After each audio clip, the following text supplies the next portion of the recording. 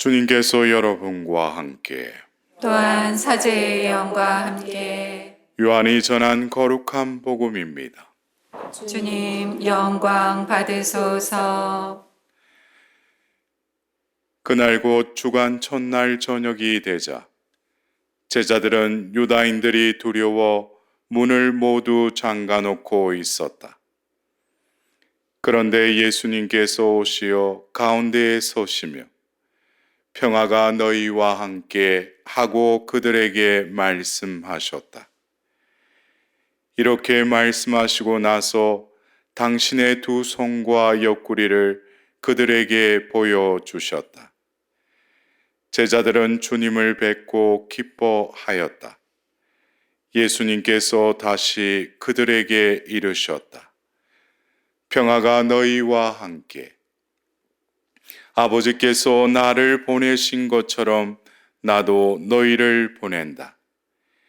이렇게 이르시고 나서 그들에게 숨을 불어넣으며 말씀하셨다. 성령을 받아라. 너희가 누구의 죄든지 용서해 주면 그가 용서를 받을 것이고 그대로 두면 그대로 남아 있을 것이다. 12 제자 가운데 하나로서 쌍둥이라고 불리는 토마스는 예수님께서 오셨을 때에 그들과 함께 있지 않았다. 그래서 다른 제자들이 그에게 우리는 주님을 배웠소 하고 말하였다. 그러나 토마스는 그들에게 나는 그분의 손에 있는 못자국을 직접 보고 그 못자국에 내 손가락을 넣어보고 또 그분 옆구리에 내 손을 넣어보지 않고는 결코 믿지 못하겠소 하고 말하였다. 여드레 뒤에 제자들이 다시 집안에 모여 있었는데 토마스도 그들과 함께 있었다. 문이 다 잠겨 있었는데도 예수님께서 오시어 가운데에 서시며 평화가 너희와 함께 하고 말씀하셨다. 그러고 나서 토마스에게 이르셨다. 내 손가락을 여기 대보고 내 손을 보아라. 내 손을 뻗어 내 옆구리에 넣어 보아라. 그리고 의심을 버리고 믿어라. 토마스가 예수님께 대답하였다. 저의 주님, 저의 하느님. 그러자 예수님께서 토마스에게 말씀하셨다. 너는 나를 보고서야 믿느냐? 보지 않고도 믿는 사람은 행복하다.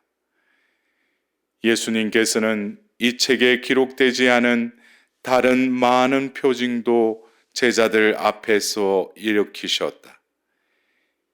이것들을 기록한 목적은 예수님께서 메시아시며 하나님의 아드님이심을 여러분이 믿고 또 그렇게 믿어서 그분의 이름으로 생명을 얻게 하려는 것이다.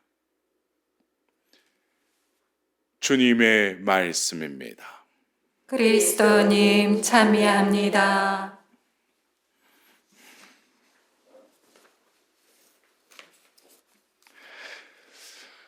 오늘은 부활 제2주일이며 하나님의 자비 주일입니다. 성녀 파우스티나 수녀님을 통해서 당신을 이렇게 그리라고 하신 예수님이 바로 뒤에 보이는 자비의 예수님이십니다. 전 세상의 많은 이들이 이 성화를 보며 기도하고 오후 3시에 하느님의 자비를 비는 기도를 하는 이들도 많습니다. 올해에는 가톨릭 평화방송에서 하느님의 자비 주일을 맞이하기 위한 9일 기도를 방영하였습니다.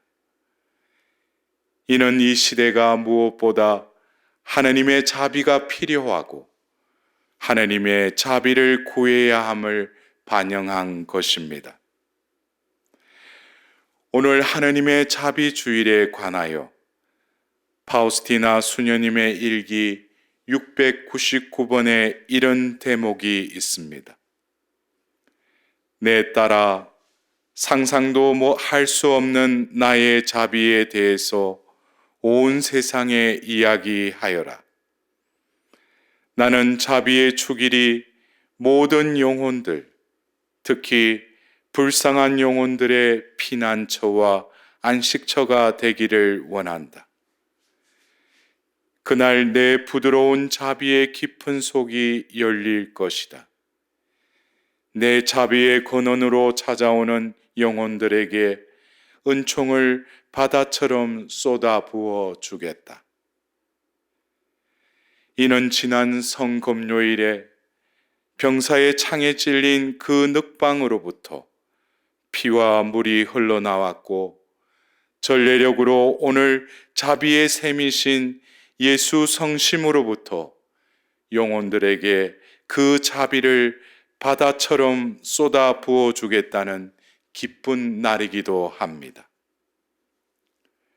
그러나 오늘 복음에서는 제자들은 유다인들이 두려워 문을 모두 잠가 놓고 있었다라고 전하고 있습니다. 제자들은 무엇이 두려웠을까요? 먼저 예수님을 죽인 유다인들의 다음 보복의 대상이 되었음에 두려워했을 것입니다. 더불어 스승의 죽음으로 끝나버린 자신들의 앞날에 대한 두려움이기도 하였을 것입니다. 보통 두려움은 신뢰가 없을 때 생깁니다. 사람들은 서로 믿지 못할 때 두려움이 생기고 마음의 문을 닫습니다. 그렇다면 어떻게 예수님의 부활을 믿고 이 두려움을 넘어설 수 있을까요? 예수님은 두려움의 문을 잠근 제자들 가운데 나타나시고 숨을 불어넣으며 말씀하셨다. 성령을 받아라 하고 말씀하십니다. 우리는 성령을 받을 때 두려움이 없어집니다. 창조의 영이며 자비의 영이기도 한 성령께서는 창조하신 세상이 타락하여 죄가 만연할지라도 그 자비는 우리를 어두움의 두려움에서 건져낼 것입니다. 오늘 복음에서는 이어서 두려움에 쌓인 제자들 가운데 한 명인 토마스를 언급하고 있습니다. 부활하신 주님을 배웠다는 제자들에게 나는 그분의 손에 있는 못자국을 직접 보고 그 못자국에 내 손가락을 넣어보고 또 그분 옆구리에 내 손을 넣어보지 않고는 결코 믿지 못하겠소 라고 토마스는 말합니다. 이는 현세적이고 감각적인 응답을 통해서만 믿으려 하는 우리의 모습이기도 합니다. 성숙하지 못한 불신은 마음의 문을 닫게 하고 극기야는 성당회로의 발길을 끊게 합니다. 그렇다면 토마스는 왜 주님의 부활을 믿지 못했을까요? 성경에서는 예수님께서 오셨을 때에 그들과 함께 있지 않았다라는 사실에 있습니다. 그가 제자들과 함께 있었다면 주님의 부활을 못 믿겠다고 우기지 않았을 것입니다. 토마스는 세상 일을 내 눈으로 보고 내 손으로 만져서 자신이 결정하는 유형의 사람이었습니다. 그러나 신앙은 공동체를 떠난 혼자서는 찾을 수 없습니다. 누구도 스스로 생명을 줄 수 없듯이 스스로에게 신앙을 주지 못합니다. 돌을 바다에 던지면 가라앉습니다. 그러나 그 돌이 배 안에 있다면 가라앉지 않을 것입니다. 우리는 산돌로서 바로 구원의 성사인 교회 안에 머문다면 악이 만연하는 바다에 빠지지 않을 것입니다. 믿음은 다른 이들로부터 전달받으며 받은 신앙을 이웃에게 전달해야 합니다. 스스로의 힘으로 찾으려는 신앙은 주님이 공동체를 통해 전하신 신앙이 아니라 자기 식대로의 신앙입니다. 그러한 신앙은 자기의 틀 안에 만들어 놓은 또 다른 우상 숭배일 뿐입니다.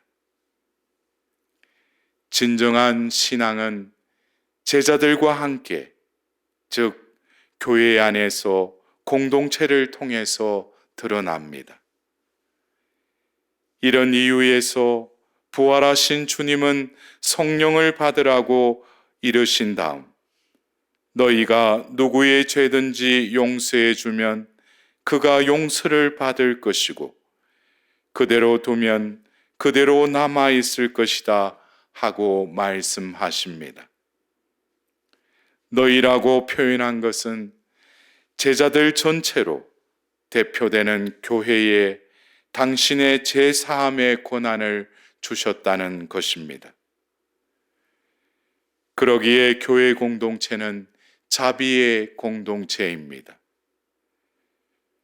오늘 일독서의 초대교회의 모습은 서로 남이 아니라 한마음 한뜻의 공동체를 드러냅니다.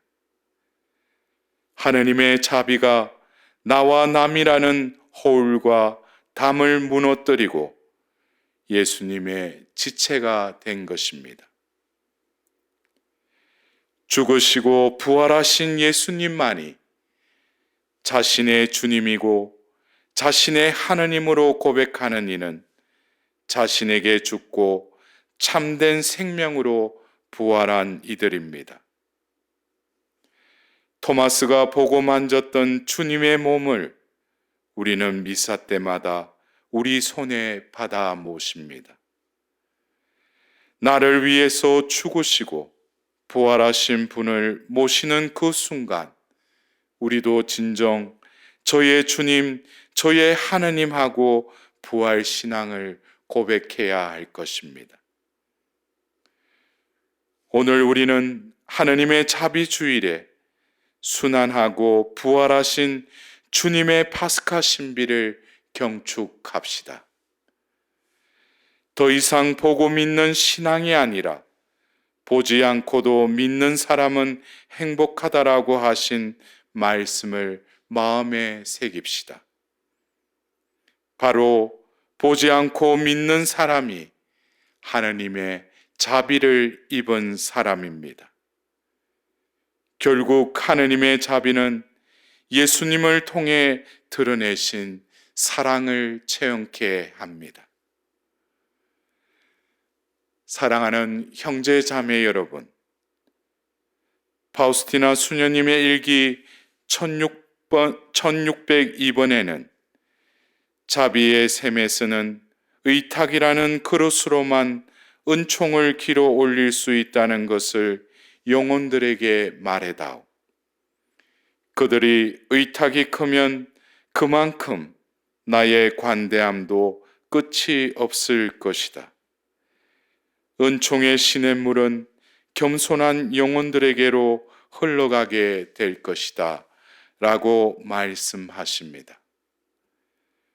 오늘 우리는 하느님의 자비주일에 다시금 자비로우신 예수님의 그 성화 밑에 적힌 예수님, 당신께 의탁하나이다 라고 고백하여야 할 것입니다.